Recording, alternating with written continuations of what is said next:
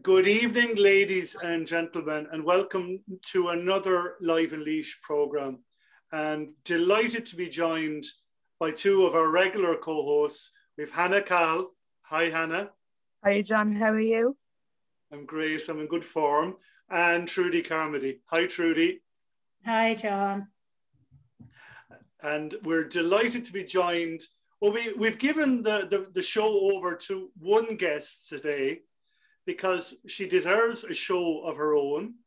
Of course, I'm referring to the one and only, the unique Maureen Culleton, who is a great ambassador for Laois and Ballyfin, naturally enough, a great ambassador for traditional Irish dance, for the Irish language. And I learned recently, Maureen, you're a fair old sprinter going over the Slieve Blooms as well. Would you agree? Well, yes, indeed, John. That was a wonderful day. Way back, oh gosh, it seems like a long time ago now, a few months ago. Yeah, it was super to join with Trudy and many more people for our remembrance of the great Mick Dowling. That was a great day to the Stony Man. We had great fun. There was great information. There was great camaraderie. And we spoke dearly of Mick and all his exploits. And of course, I suppose maybe some people didn't realise that Mick was a great dancer as well. And he often came to our Rambling House sessions. And there was a bit of a poet in him as well. And he would try to maybe sing a little bit here and there. Yeah, that was a great day. Oh, the Slieve Blooms, yeah. Remembering Mick Dowling, may he rest in peace. Yeah, super. May he rest in peace. Yeah, super gentleman, and a great Laoisman to boot. And yeah, Maureen, and then I'll say my little intro, and then I'll hand over to the ladies. We'll start the questioning. Hannah will start the questioning this evening. But I watched a wonderful video interview you did with Parkside Productions, a local company, and we'll put up the link afterwards. And it was wonderful going back to your childhood in Ballyfin, and of course, a dance master used to come to your primary school in Ballyfin. And the interview, you painted a beautiful picture of your mother wrapping a 6-pence piece in a newspaper, putting that in your pencil case to go to school on the Friday to pay the dance master. And it was a beautiful image of an Ireland that hopefully isn't completely gone. And about your childhood, Maureen, back in the day. Yes, well, I grew up in Irie, Ballyfin, and what you're referring to there, John, was a little piece called Scale Biog, as far as I remember, and with Parkside Productions. But my childhood, I grew up, I was the only child of Jack and Chrissy Drennan in Irie, Ballyfin, and from the time I was able to, so they told me anyway, be able to wobble around, my father played the melodeon. And I just loved to, we'll call it dance, but it was just a bit of hopping around to the music that Daddy played on the melodeon.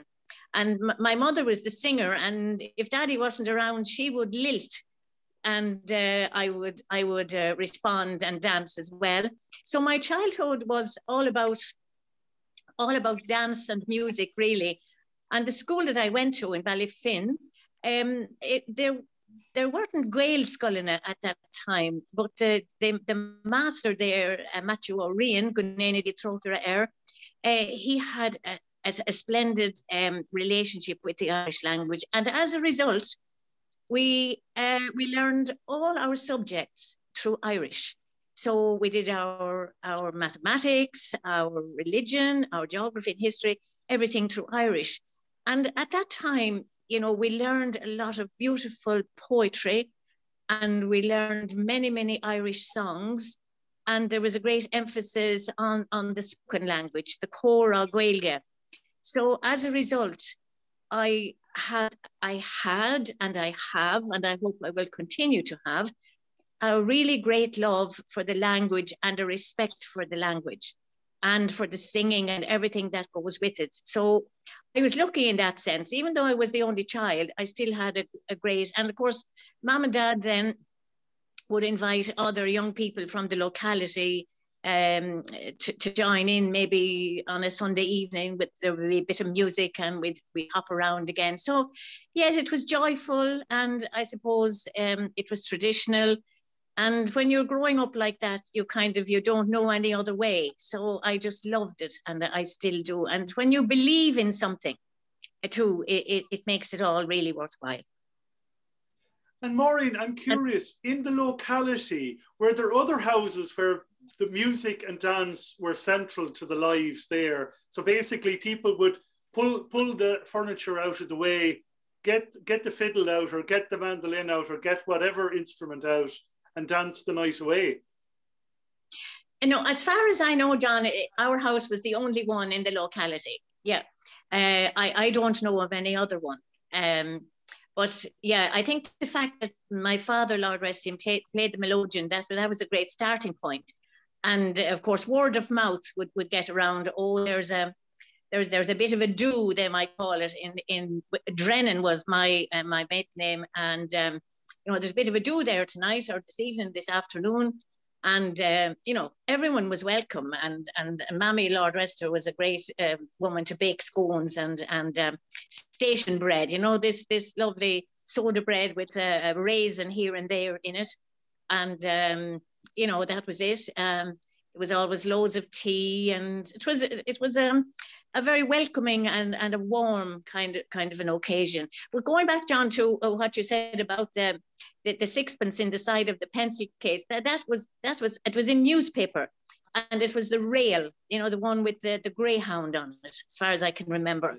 And that was tucked away because even a rail wasn't easily come by at that time. Things were scarce, and but we look forward to. It was amazing. Of course, there was no. Everybody danced. Everybody went to our dance master, Micheál O'Dinn, or Michael Dunn, or Mick Dunn. He was referred to as well. Everybody went, and everybody had the opportunity, which was terrific as well. And I still have great memories of him cycling down the road towards Ballyfin School from the one set of the college gate, which is now the hotel, and the fiddle tied up with sort of elastic bands under the bar of the bike, and he would be meticulously turned out, and looking really radiant. And although his eyesight wasn't great, oh my God, he knew exactly who was putting a foot out incorrectly. And, we progressed really, really well with him and learned many, many dances. And of course, he cycled to places like Connemara and to Ring and to learn the language. And they say he was taught dancing by a Mr. Lanham, about whom we don't know, we know nothing. But he learned some dances as well in the West and in the South. And he taught in the courthouse in Portlaoise as well, and of course in many other little schools around. And he would be also invited by some people to their private houses to teach the family dancing. So I was lucky to have been part of his class, because the dances he taught me literally took me around the world, and that is no exaggeration, because I have had the great opportunity to go to places like Japan, to Canada, to the States. I've been to so many European countries as well to teach the dancing. I've been to Australia.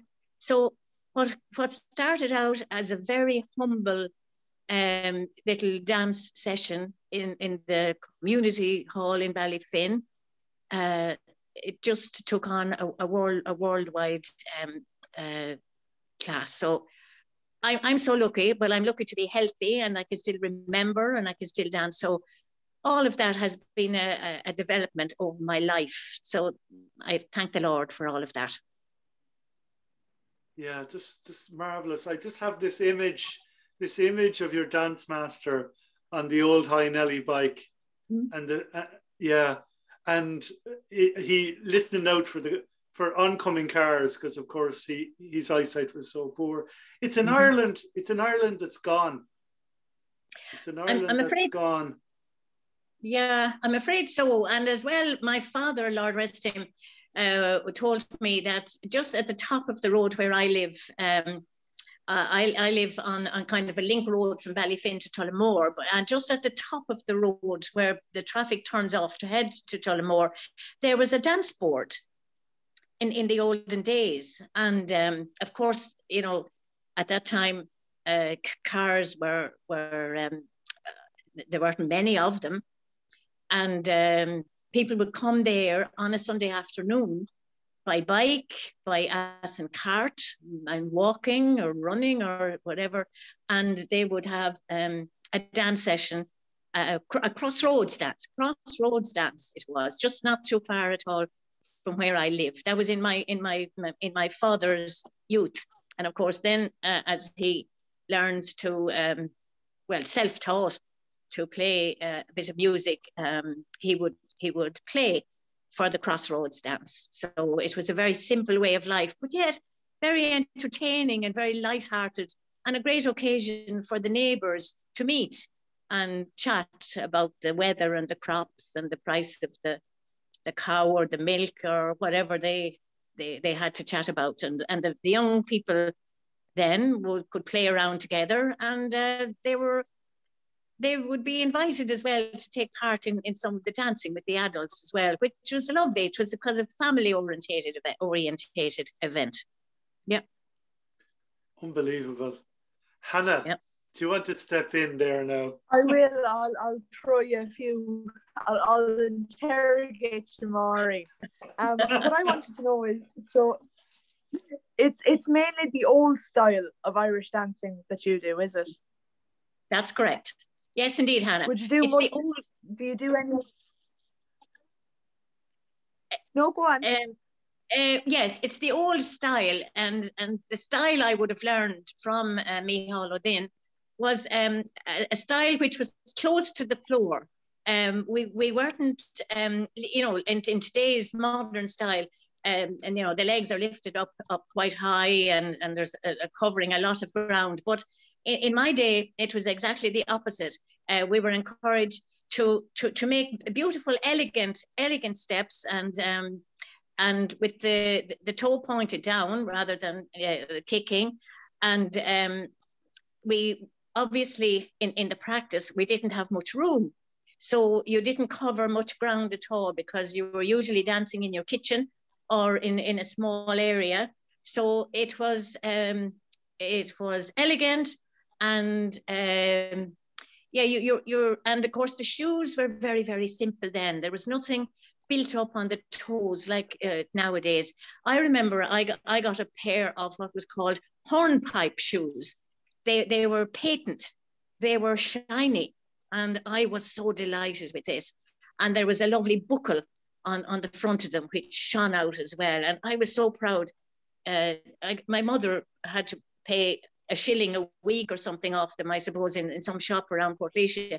But I had hornpipe shoes, and the costume I was wearing, my mother, again, Lord rest her, she got what was called a remnant from the worsted mills in Portlaoise, a piece of green from the worsted mills.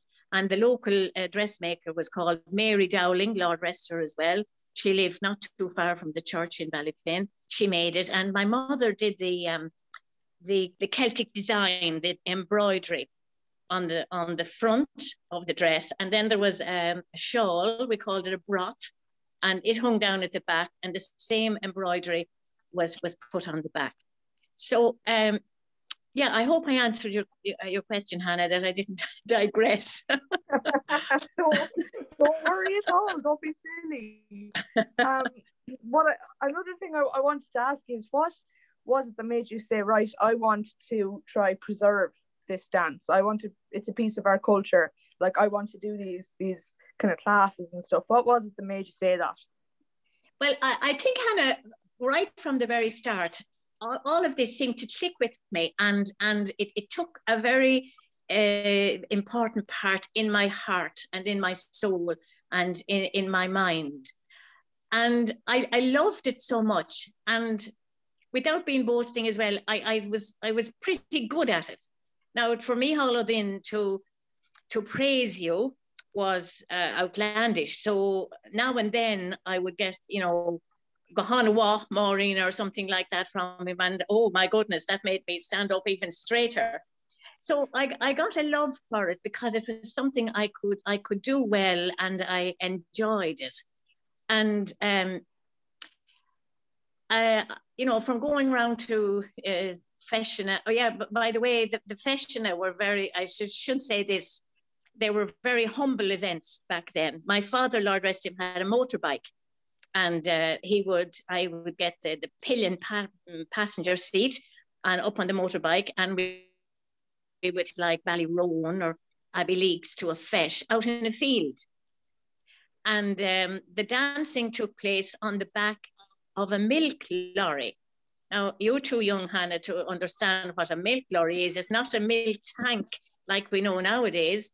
It was a lorry with a rigid body, and the farmers left out their cans of milk on a particular spot, and this lorry came along and collected them and took them to the creamery. So on a Sunday, this lorry with a rigid body took on another function. It was the dance platform out in the middle of the field at a fesh. Now, there would have been other attractions on as well. There would have been maybe a Wheel of Fortune or a little pet show or something like that on as well. But that's where the fesh took place. And, you know, as well as that, I should say that my parents encouraged me a lot to keep going. And as I said earlier too, there was always music going on in the house at home. And you know how when you grow up with something and you believe in it and you love it. So all of those things had me to continue on, and I wanted to always spread around the good news of what I loved and what I did well. And to this very day, it's obviously with the project I have going on at the moment, I'm still going strong with it. So long may I continue, please God. Yeah, because so many people, Hannah, have got so much enjoyment out of it too, from learning. Yeah. It's just amazing. Yeah. That's just fantastic. I was going to say, you know, the last year it's been mad for everybody, right? But I know you did a lot of events out of your house and stuff before COVID. How has it been for you with, you know, just you haven't been able to hold these events, and I know they've been so much fun, but what's it been like for you the last year? Yeah, it's been lonely, Hannah, in a sense, and it's been very different. But at the same time, I had to keep my positivity going, and I had to look forward, and I had to be creative. So I created a series of chair exercises with Laois Sports Partnership to music. And they were very well accepted because they were distributed to people who were housebound and who were chair-bound, perhaps, and they could do very simple hand and little foot exercises to music, because I had done a lot of work with Laois Sports Partnership in terms of dance with people with special needs and all of that. So I continued that here from my own home, and I enjoyed that very much. And I managed as well to get some people from my choir. I had my Sing for Joy choir for people with special needs before COVID. So I managed to get a few of them together once I learned about Zoom, and once the carers learned about Zoom and got people involved. I sang a bit, and I composed 2 poems from the great outdoors. One was called A Walk with Nature. I was out when we were allowed go to Gary Hinch, when we were allowed go that far. I was out one day walking with my husband, and I heard one blackbird kind of answering another blackbird in you can imagine the silence that was in on this walkway. And that kind of gave me the idea. Oh yeah, so I composed a little poem around that. That was a walk with nature. And then I was coming back up towards my home one day, and I was crossing the bridge, and I just looked into the water, and the river was flowing underneath. And I said, oh, how about I do something like a word with the river? So I pretended I was talking to the river about how the traffic had decreased, how the noise had decreased, how it was continuing about its business going along, and it was still a haven for the little the little fish and the riverbank birds and all of that. So I composed that as well. And now I have a project on board for St. Patrick's Day. So I just kept working away, Hannah, trying to be creative, trying to mind myself while I missed. Oh yeah, I did some line dancing as well for my WhatsApp group. So yeah, I just tried to keep myself busy, but within my own four walls, and keep my mind thinking positively. That was important as well. Keep my mind working. That was important. I heard your song that you sang on Facebook. It was fabulous. I loved it so much. Are your poems online for people to read? They are on YouTube, I think. Yeah, I'll check that out, Hannah. Yeah, I think I put them on YouTube to share. I can share them. We should be able to get the link and we'll put the link in this, hopefully. But speaking of all the positivity, when Ireland is inevitably COVID-free, what's the first type of class or workshop you'll be doing once you can? I want to dance the set with my friends. If I have 7 more people and myself to dance a set, I would dearly love that, because the fun we have and the sense of togetherness and the support and the camaraderie and the music playing, look, there's nothing better, Hannah. So I would just love to dance a set with my friends again. And next Monday. 3 books in anyway. Monday, 12 months ago, was our last set dancing class together. Yeah, a year on the coming Monday. And next Wednesday was our last session with the choir. So next week is a kind of an anniversary of things going downhill steadily. But look, we're still working away. We're fine. We're healthy, and we're glad to be alive and to be well. So yeah. Yeah, sure. It's only up from here, really, isn't it? Things will definitely get better. I think I've hugged you enough now, Maureen. I should probably share you with the other hosts here. Okay, no problem, Anna. Thank you. But thank Maureen, you. I'm just curious, Maureen, what did you think of the river dance phenomenon? The river dance phenomenon, John, was fantastic. The great thing about river dance was that it sold the name of Ireland to the world. And it was a great starting point for many, many people in terms of dance and music and song and language, because those things kind of branched out from the dancing. And while most people couldn't reach to the heights of the river dance, it still was it was a kind of another ambassador for Ireland and to the world. And I feel it did great good for our culture. Now, in that the name of Ireland began to be spread around, and people began to listen more attentively to our music and to our songs, and other people, Ireland, this little island, and it has a beautiful language, and why not we learn that?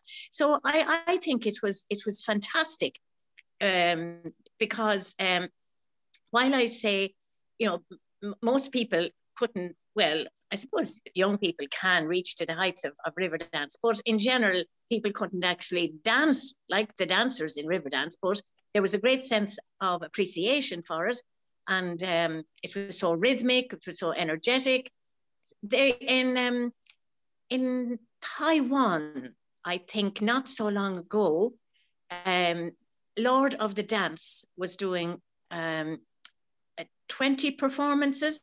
Now, it was in the middle of COVID here in Ireland, and nobody was going anywhere but the dancers, and there were at least one local lady, if not two, and they went and they had to do their 2 weeks in quarantine, but then they did, I think, 20 performances of Lord of the Dance. You know, so again, it's still going strong. It's still selling Ireland and selling all about its culture to the world. Yeah. Yeah, because it's one of those moments. Can you remember where you were when you watched Michael Flatley and Jean Butler for the very first time together? Yeah, I can. I was at home here, and you know, you'll be kind of the Eurovision songs come on one after another, and you're listening and you're commenting, but then all of a sudden, this burst of energy, this drumming, I can still remember that bit, and the color and the energy.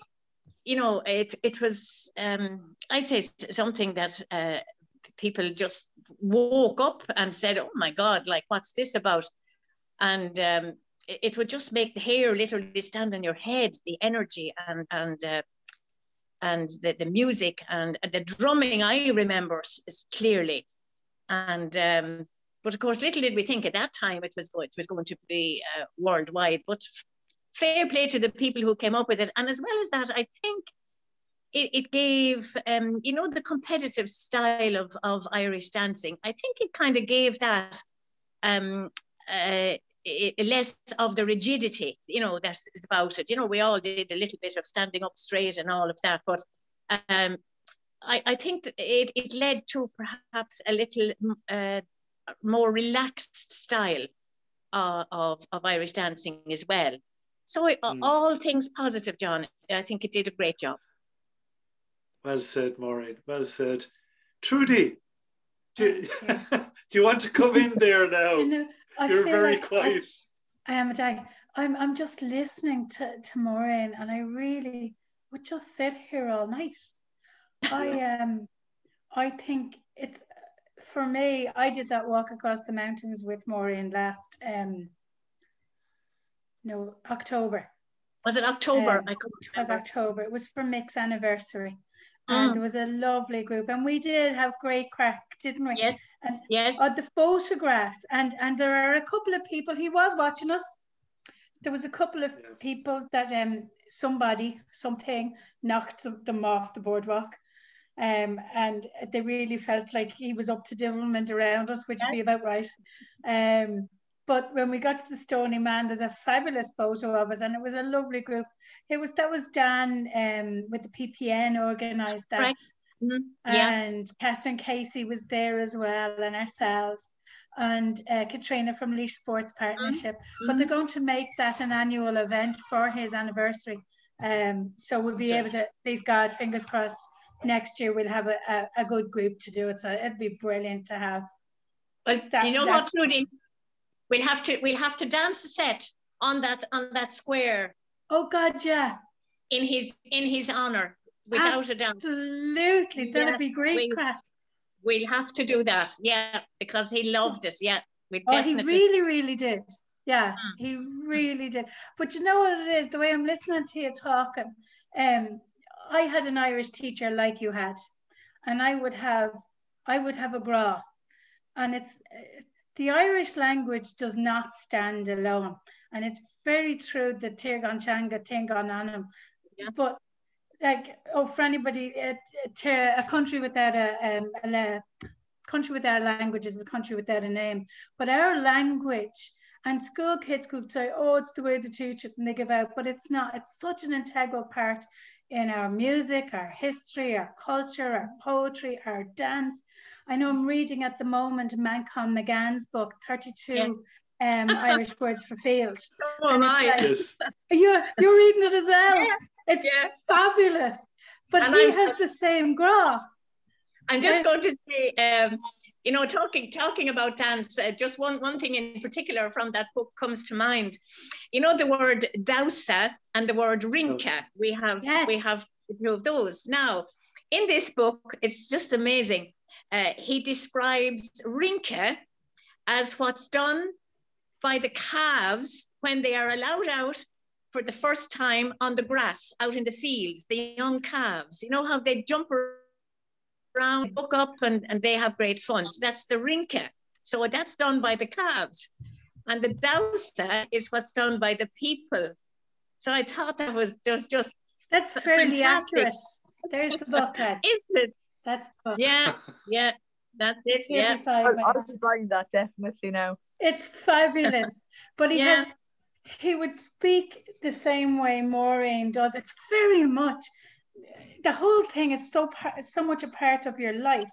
And the way it should be, like to just even throw in for people to throw in the couple of focal, to realise that a field, as he has 32 words for field, it's not just a field. It's a park where the kids went to play in the park on the swings. It's a field with the cow stands in. It's a field with the sheep stands in. It's a field you play football in. And they all have a different name, as Gaeilge. So it's... Talking about the Gaeilge, Trudy, I think, you know, well, from my own experience, the lockdown has actually done a lot for our language in terms of the number of Kirkle Kainte that are available now online. It's just phenomenal. I was there tonight earlier with a group from Carlow.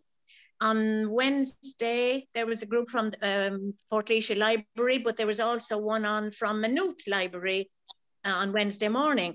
And I often Zoom in with a group in Philadelphia as well. Yeah, honestly, it's amazing. And I really think people have begun to kind of rejuvenate their interest in the language. And I think the Zoom has helped that a lot, because people don't have to go from their own homes. And on the Zoom, you know, you can listen if you want, you can partake. And I think it has really brought our language to life again. There's a total resurgence in the culture, like. Yeah, you could every day you could maybe have at least 2 or 3 Zooms with Irish language if you wanted to. So I think from that perspective, I definitely think it's one of the positive things about lockdown, that the Zoom and the Irish language, they have worked together, and we have certainly for participation, let's put it that way, in the spoken in the core. Yeah, definitely. But that's what I think Gaeilge is supposed to be about. We're not meant to sit there going tá mé, tá tú, tá she, tá she. You're supposed to just, you know, will you go over there and put that in the buska brúska, or will you go over there and shut that doors?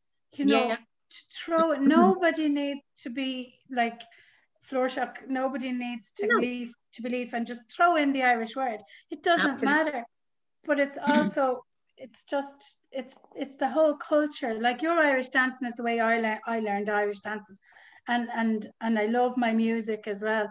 But we were never allowed to move, and you were pushed back by the shoulders if you went. You know, what's the one? The hornpipe. When you go up the room, and you'd be murdered because you'd be moving too far. But the Shan Kishton, 3 years. So why, how, what inspired you to take a leap? And did it just grow organically? It was the house in which I grew up, Trudy. You see, there were two cottages under the one roof, let's put it that way. And I was the only child, and just to cut a long story short, when the people in the other house passed away, we bought that. And then when my parents passed away, I was obviously married about 3 miles down the road, and it became vacant. And there were a couple of people renting here and there, and look, you know, that's not the way I wanted to manage my life. So I, again, just like my St. Patrick's Day dance project, just inspiration. I was chatting, my husband's a builder by profession, and we were just chatting one evening, and I said, gosh, do you know what I'd love to do with that house? It's a cottage house, you see.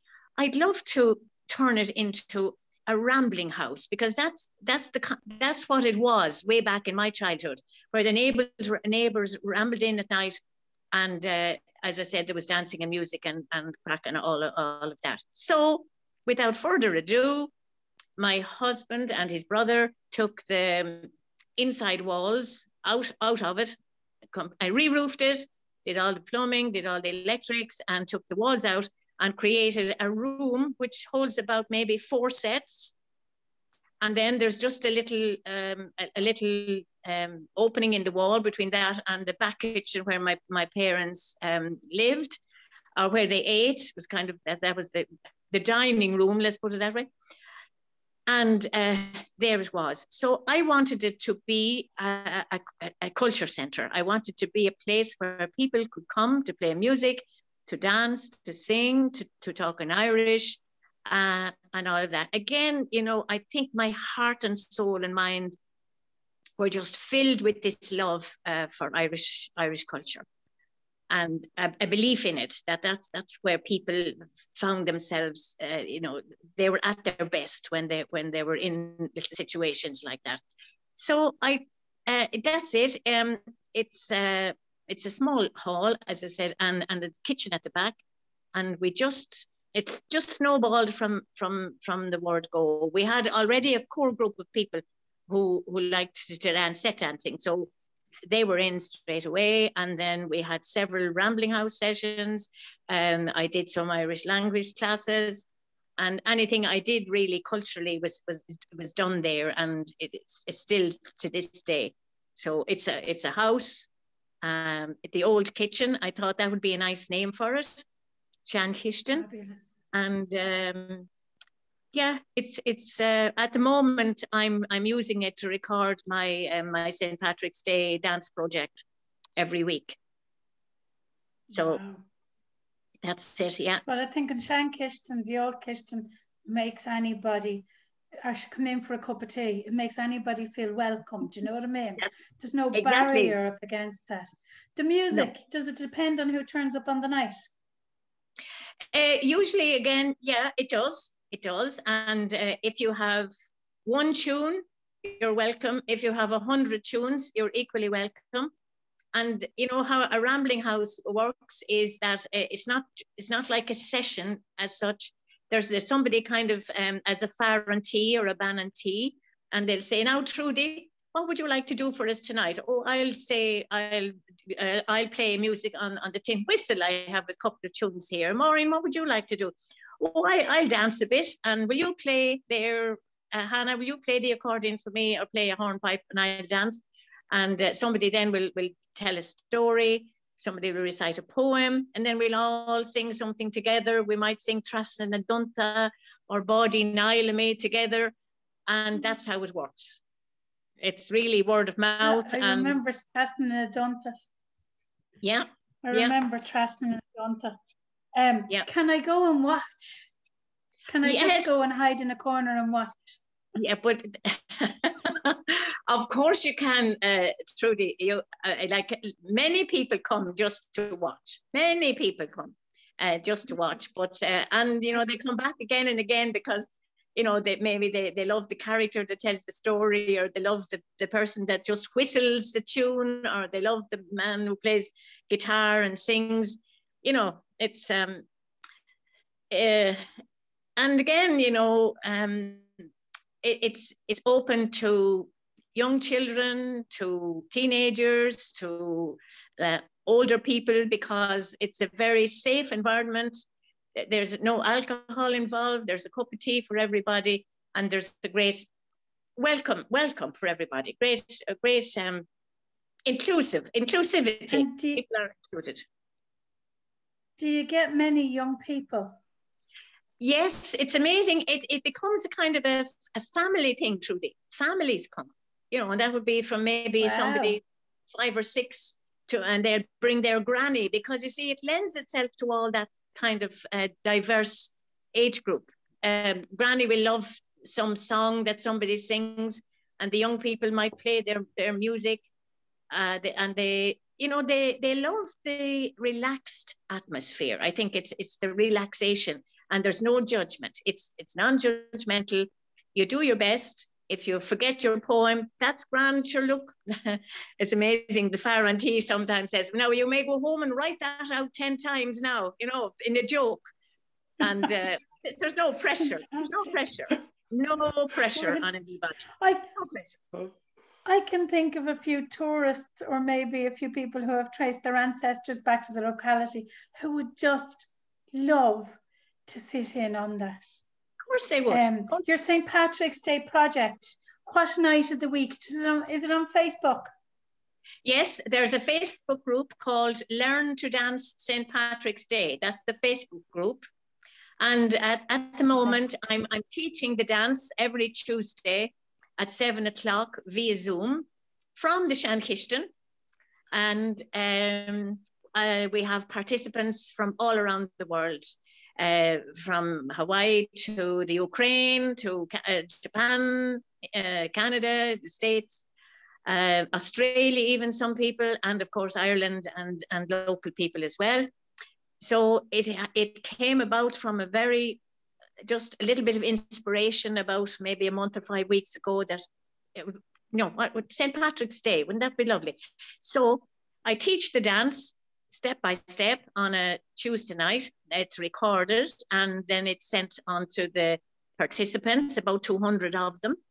And at 12 noon on St. Patrick's Day, we're going to have a big celebration of all persons who have been in on the class and even other friends as well.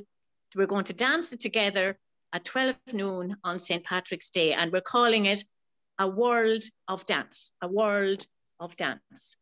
And as well, I'm going to include as well a bit of music. My grandchildren play a bit of music, and they will either join us or they'll record some stuff and we'll put it on there.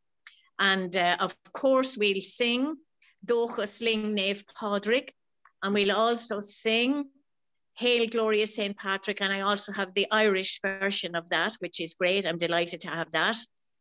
And maybe I shouldn't be letting the cat out of the bag now of all the things we're going to have, but however, our local poet, Dr. Arthur Broomfield, just lives above the Shankichten in Irie as well. And Arthur, of course, has recently composed another book of poetry. This time it's called Ireland Calling. And in that book, he has a beautiful poem about planting the spuds.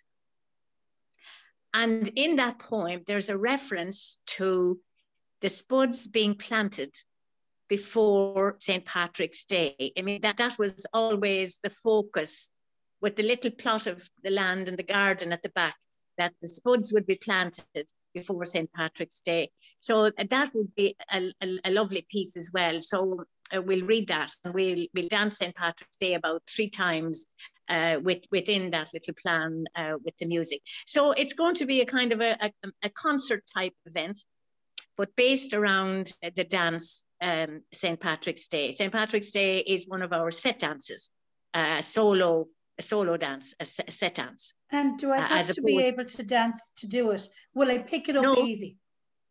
Yes, absolutely. Absolutely. I have two more lessons left before the day. But as I say to people, look, if you can only do one little step with your right foot, that's okay. We're not looking for perfection or anything like that. We're looking for participation. We're looking for the celebration of our natural feast. And we're looking to give people some joy, some positivity, something to look forward to. Now, some people would like also a little challenge to learn something new. And there are quite a number of people who are learning this from scratch, from the beginning. And that's good too. So the highlight will be at 12 noon on St. Patrick's Day, when we'll all be dancing together, a world of dance. I think I'm looking forward to it so much anyway. And the excitement is great. And so many people are delighted that there's something like that happening on Zoom that they can tune into and, bring a bit of lightheartedness and a bit of joy to people on the national feast. So hopefully it will be great. Well, knowing you, Maureen, it'll be a lot of fun. A lot well, of yes, fun. That's the idea. Fun number one, and then whatever else comes with it. Yeah, of course. Yeah. Yeah, you're like a cultural ambassador for Ireland, for Laois and for Ireland, Maureen. Well, thanks very much, and I do my best, but I love what I do, and as I said before, I believe in what I do, and I know there's a great love for it out there, and I think we just need to sell it to people in a relaxed and in an inclusive way, that their little bit and their cúpla focal are very much appreciated, and we respond to that as positively as possible. So yeah, I hope so. I'm hoping and praying, as they say, hoping and praying. Yeah, there must be something special about the townland of Irie in beautiful Ballyfin. It's a cultural mecca. It is a little cultural hub, I suppose. Yeah, I guess it's a beautiful place, and of course we're not far from the bog there, where the turf. My father, Lord rest him, cut the turf, and I would be there with him, and brought it home by the ass and cart, and all of that. So yes, it's a lovely community and very close knit there. And I don't live too far from there now, here in my own family home. So I'm still very much part of that community as well. So yeah, all is good. All is good. We just need to stay healthy now and what do they do? Try to ride again on the crest of the wave when all of this pandemic is finished, hopefully. Yeah. I think the name comes from now Trudy might be better at this part than I am, from lac ire, something got to do with the ice, perhaps? Yeah, maybe. Yeah. I think so. Just slightly anglicised. Yeah, the townland I live in now is Cam Clun, which is Coombe Clun, which I do believe is the Crooked Meadow. Yeah. Crooked Meadow. We have a lot of Cluins around this part. We have Cluin Urk, that's the boar, isn't it? And Clun and Gown, yes. of the calves, and we have we have a lot of Cluins around here, which is nice too to have an interest in. That's the thing when you have the bit of Gaelic, or if you don't understand the townland that you're looking at or searching for or whatever, when you find it and translate it, it tells you more about the area, the people that lived there, and what went on and what it looked like traditionally, because the Crooked Meadow says more about it than anything. Of course. Do you know what I mean? Yeah, and there are many little crooked meadows here around where I live, so it's perfect. It's a perfect name for it. Yeah. So that's the life story now, and the project that's underway at the moment. So yeah, we're hoping. Yeah. Absolutely brilliant. You're a human dynamo, Maureen. Human dynamo. You have a great attitude. Well, I'm firstly blessed with great health in mind and body and soul. That's number one, which allows me to do all the things I'm doing. But then the enjoyment I get out of it is just unbelievable, because I'm in my mind and in my body and my soul, I'm bringing a lot of happiness to people and a lot of joy to people, and that brings it back to me as well, all of that joy and that happiness and that positivity. So it's a two-way thing. While I'm enjoying what I'm doing, I know other people are as well, and we're kind of passing on that joy to each other. So it's so worthwhile. It's so worthwhile, and it keeps my energy levels and my planning skills, keeps those things moving along as well. So yeah, we're doing well. Brilliant, absolutely brilliant. Hannah, have you any final words for Maureen? Isn't she an inspiration? I think I've interrogated her enough. It was fantastic speaking with you, Maureen. Like, I feel even my positivity, I just feel boosted after speaking with you. Never mind the way you're saying, oh, you know, like you managed to lift me now just having the chat here. Well, isn't that so worthwhile, Hannah? That again, you feel that and I feel that. So it's a two-way process. So, you know, bringing a bit of joy and a bit of brightness to people's lives, you know, as I said, it's a two-way process. So yeah, we're doing well. We're doing well. So it's lovely to speak to you, Hannah. Lovely to speak to you. Really great. Yeah. Well, thanks very much. Oh, you're welcome. Welcome indeed. But Maureen, we'll be Maureen is infectious. Yes, absolutely. Sorry, Trudy. Your energy is infectious. So absolutely. They tell me. So they tell me, and you know, so people ask me, where do you get your energy, Maureen? I don't do anything different to any other human being. It's just in me, this energy to plan and to proceed and to deliver and to dance and sing and recite and, you know, things like that. I just love it. I just love it. So that, I don't think you even need to say that, because it just has it written all over your face. It really does. You right. Just emulate that you so enjoy. But when somebody really enjoys what they do, it comes across and it makes you want to. I'd like to go up now, if you just leave the door open, I'd like to go up and do a bit of dancing and shankish and I would be quite happy to get in the car and off I go now. I know. Because, I know. You know, you make me want to. And it's been a long time since, actually, the last time I danced was Mick's birthday. Really? Yeah. In fairness, up in Sheeran's. And he threw me around the dance floor, literally. And he was an amazing dancer. Yeah. But I don't know. I don't understand how you keep going. Tell me one thing.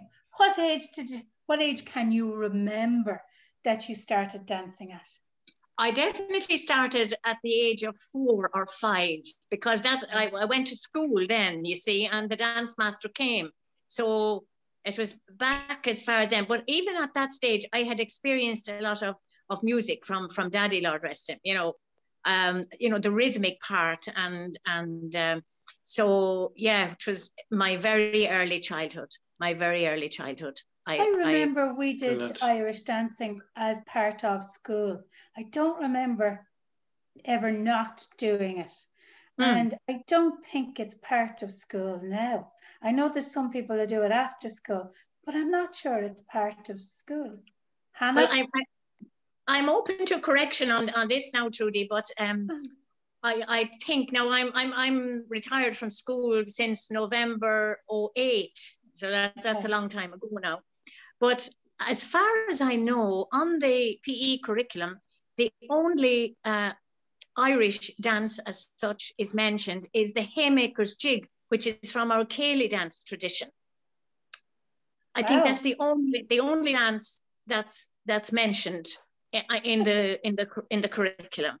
That's fairly right. I'm open to correction on that, but I know and I do know now there are dances from other countries like Israel maybe and Poland, and there are a couple of other folk dances as well from other countries, and that's fantastic to experience the music and whatever. But it would be no harm if our own Irish dances got a little more emphasis. You know, it would be great. Wouldn't it? Because I think those people coming from other countries come into this country and would like to share their cultures, but would also like to learn ours. Yeah, and it's amazing, you know, when the young people go to the Gael Colashta over in Connemara or wherever they go in the summer, they are exposed to some lovely from our Cayley dance tradition. They do the haymaker's jig and the Unseen Hinsha, Follilimini, all of that. And you know, when I meet some of them, they remember that so clearly when we begin to talk about dance. Oh, when I went to the Gaeltacht, we did and they'd have the Irish names for it, you know. Wantonair, Corcarer, Unseen Hinsha, Follilimini, you know, they have all the names in Irish from their exposure in the Gael Coláiste, which shows really that there's a great opportunity there to and would keep it fun. Oh my God, keep it fun. Keep the competitive element away. Well, keep it you fun. know, isn't that it? To just sit and do Irish lessons, or to get up and learn to do your Hendo threes as opposed to your 1, 2, 3s, you know, and that brings the culture alive while slipping in a little sneaky few Irish words. Yes. You know, it would be lovely. Oh yeah, anytime. Sometimes for Shopton and Belga, some schools around would invite me to teach a bit to the children, you know, over a week or a couple of weeks or whatever, and I would always teach it in Irish. Straight away, I would use all the Irish terms, and it's no problem. They just learn them so naturally. And you know, we'd always do the Diogit and the Smirgit and Constatu and Araiglat and you know, Ishtachel and all those things. And it's just like second nature.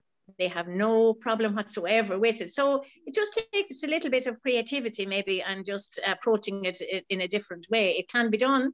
It can be done. No problem. Sometimes that's all it needs is someone like you who can think slightly outside the box. Exactly.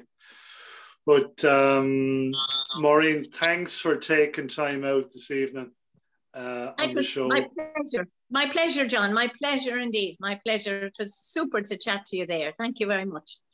And we'll be all tuning in at noon on St. Patrick's Day for another burst of positivity and dance and crack and fun. Super. Great. Well, you're all very, very welcome. The Facebook page is Learn to Dance St. Patrick's Day, and then you're in. So no problem at all. So I'm looking forward to it. And thanks for the opportunity for the chat tonight. It was really, really great. I really enjoyed it. So we had to Falter Road. And I mean, you know, we had to give the whole show over to you. We don't normally. Really? I'm of the privileged few, so oh my God. Privileged one, actually, Maureen. Yeah. Thank you very much. Absolutely, Maureen. And thanks to my wonderful co-hosts as well, Hannah and Trudy. Yes, really appreciate all the work you do. And to our wonderful viewers, do tune in and watch Maureen and all those wonderful people from around the world dance the St. Patrick's Day.